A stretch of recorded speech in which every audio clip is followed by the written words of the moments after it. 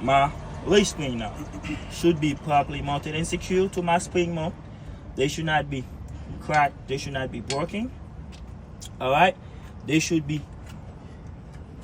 holding together by my U-bolt, and they should not be shifted. So my U-bolt should be properly mounted and secure. They should not be cracked, they should not be broken, they should not be missing none of my 4 nuts and 4 washer that's present underneath of it. Alright, move on from the U-bolt. We're going to be talking about my shock absorber. My shock absorber now should be properly mounted and secure.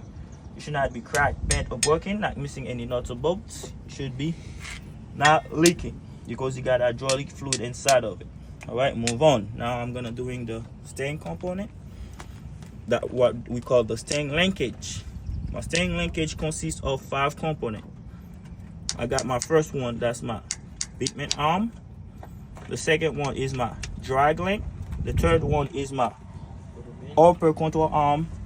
The fourth one is my lower control arm, and the fifth one is my tire wall.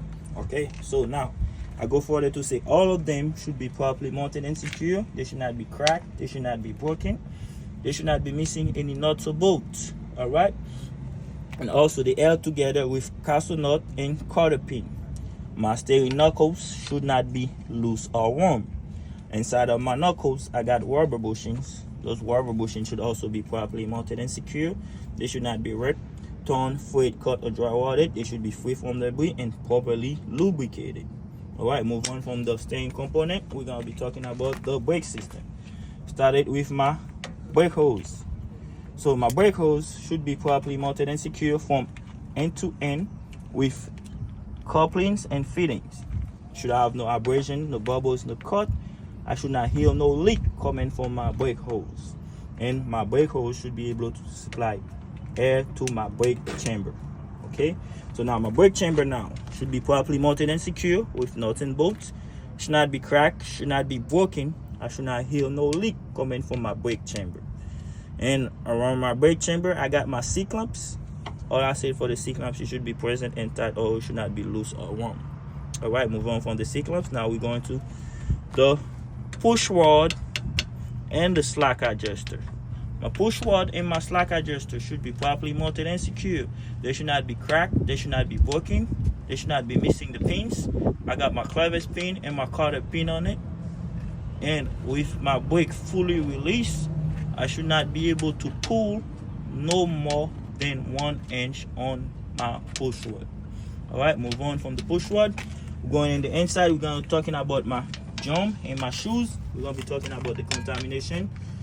They should have no contamination, such as oil, grease, snow, anything slippery, anything that can cause brake failure in between my brake jump and my brake shoes. Alright, moving on from there, we're going to be talking about the tire.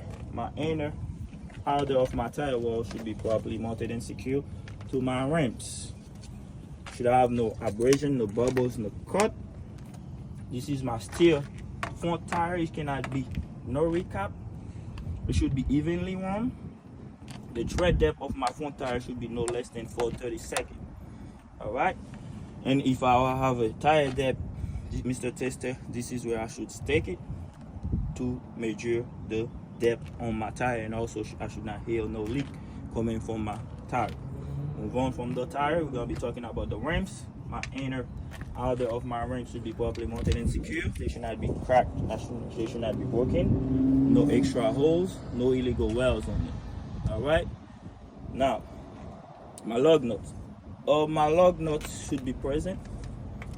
None of them should be missing. Alright, if they were too tight, I should see crack or metal shaving.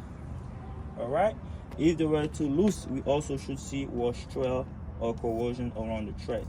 Alright, moving on, they should also have no broken stud, no elongated hole. Alright, move on from the lug nuts. We're going to be talking about the hub seal. Okay, so my hub seal or my hub oil seal should be properly mounted and secure with nuts and bolts. It should not be cracked, it should not be broken. Alright, I should not see no leak coming from my hub oil seal. And also, Mr. Tester, if I can see to the cap, this is where I should check if I got enough or adequate fluid inside. Move on, we're going for my valve stamp. Okay, my valve stamp now should be properly mounted and secure. It should not be cracked. It should not be broken. The cap should be present intact. In this case, it's not. Okay, and also I should not hear no leak coming from my valve stem. Mr. Tester, if I have a tire pressure, this is where I should check the pressure of my tire with a tire pressure gauge. All right, moving on. We're gonna keep going over here.